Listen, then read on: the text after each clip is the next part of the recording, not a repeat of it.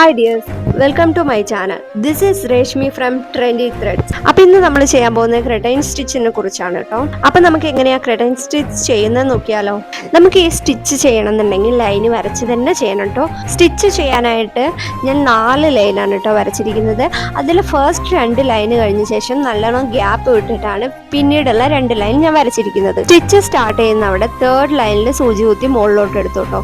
അവിടെ നിന്ന് നേരെ ഞാൻ ഫസ്റ്റ് ലൈൻ ടു സെക്കൻഡ് ലൈനിലേക്ക് സൂചി കുത്തി ഇറക്കി. എന്നിട്ട് കംപ്ലീറ്റ് ത്രെഡും വലിച്ചു. കംപ്ലീറ്റ് ത്രെഡും വലിക്കുന്ന സമയത്ത് ഞാൻ നീഡിലിന്റെ ബാക്ക് സൈഡിലായിട്ടാണ് ത്രെഡ് വെച്ചത്.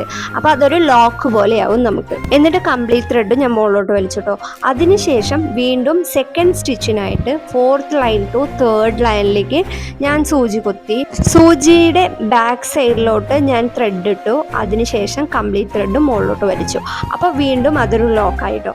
ഇതാണ് നമ്മൾ ക്രെട്ടൈൻ സ്റ്റിച്ച് എന്ന് പറയുന്നത്. വീണ്ടും നമ്മൾ ഇതേപോലെ തന്നെ ബാലൻസ് സ്റ്റിച്ചും കംപ്ലീറ്റ് ചെയ്യാവുന്നതാണ് കേട്ടോ. വളരെ ഈസിയാണ് ഇത് ചെയ്യാനായിട്ട്. കാണുമ്പോൾ തോന്നും നമുക്ക് ഇത് എന്തോ റിസ്ക് ഉള്ള പരിപാടിയാണെന്ന്. പിന്നീടാണ് നമ്മൾ ചെയ്യുമ്പോൾ അറിയുള്ളൂ ഇത് വളരെ ഈസി ആയിട്ട് നമുക്കിത് ചെയ്ത് പഠിച്ചെടുക്കാൻ പറ്റും.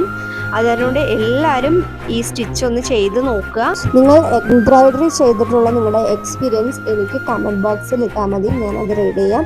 ഇനി ഡൗട്ട് ഉണ്ടെന്നുണ്ടെങ്കിൽ കമൻറ്റ് ബോക്സിൽ കമൻറ്റ് ചെയ്യൂ, ഞാനത് ക്ലിയർ ചെയ്ത് തരും.